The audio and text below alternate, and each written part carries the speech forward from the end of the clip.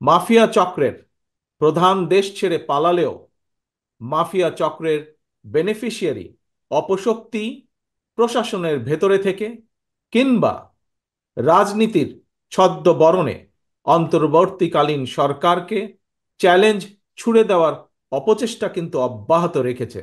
কিন্তু এটি আমাদের প্রত্যেককে মনে রাখতে হবে, এই সরকারের ব্যর্থতা আমাদের সকলের ব্যর্থতা, বাংলাদেশের পক্ষের গণতান্ত্রিকামী জনগণের ব্যর্থতা। সুতরাং এই অন্তর্বর্তীকালীন সরকারকে কোনোভাবেই ব্যর্থ হতে দেওয়া যাবে না।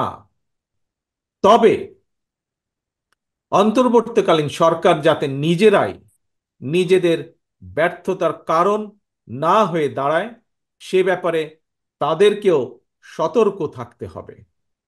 5ই আগস্টের পতিত স্বৈরাচারের বেপরোয়া দুর্নীতি আর লুটপাটের কারণে বাংলাদেশের বৈদেশিক ঋণ বর্তমানে $100 বিলিয়নেরও বেশি ছাড়িয়েছে।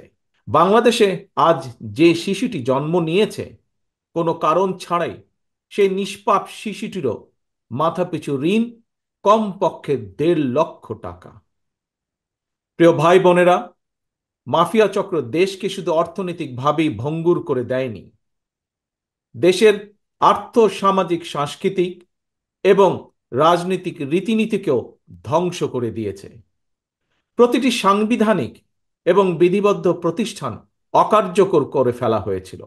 খোদ বিচার বিভাগকেই ফ্যাসিবাদের সূতিকাগারে পরিণত করা হয়েছিল। একটি রাষ্ট্র কতটা সভ্য এবং গণতান্ত্রিক সেটি দেশের আইন শৃঙ্খলা বাহিনীর আচরণে স্পষ্ট হয়ে ওঠে। কিন্তু মাফিয়া চক্র দলীয় স্বার্থে ব্যবহার করতে গিয়ে দেশের আইন শৃঙ্খলা বাহিনীকেও সম্পূর্ণ বিপর্যস্ত করে দিয়েছে। গণতন্ত্রকামী প্রিয় ভাই ও বোনেরা, অন্যায়, অনিয়ম আর অরাজকতার বিরুদ্ধে গণবিস্ফোরণে মাফিয়া চক্রের প্রধান দেশ ছেড়ে পালানোর পর দেশে মাফিয়া শাসন শোষণের অবসান ঘটেছে। পতিত স্বৈরাচারের পলায়নের মধ্যে দিয়ে একটি গণতান্ত্রিক মানবিক বাংলাদেশ গড়ার পথে প্রধান বাধা হয়তো দূর হয়েছে, তবে বাধা দূর হলেও মাফিয়া চক্রের রেখে যাওয়া 15 বছরের জঞ্জাল কিন্তু এখনো দূর হয়নি। এই জঞ্জালকে দূর করে জনগণের, বাংলাদেশের জনগণের ভোটে জনগণের কাছে জবাবদিহিমূলক একটি গণতান্ত্রিক সরকার প্রতিষ্ঠার লক্ষ্যে অন্তর্বর্তীকালীন বর্তমান সরকার কাজ করছে। তবে মাফিয়া চক্রের প্রধান দেশ ছেড়ে পালালেও মাফিয়া চক্রের বেনিফিশিয়ারি অপশক্তি প্রশাসনের ভেতরে থেকে কিংবা রাজনীতির ছদ্মবরণে অন্তর্বর্তীকালীন সরকারকে চ্যালেঞ্জ ছুড়ে দেওয়ার অপচেষ্টা কিন্তু অব্যাহত রেখেছে। প্রিয় দেশবাসী, ভাই ও বোনেরা, বর্তমান অন্তর্বর্তীকালীন সরকার হাজারো শহীদের রক্তের বিনিময় লক্ষ কোটি জনতার গণ অভ্যুত্থানের ফসল।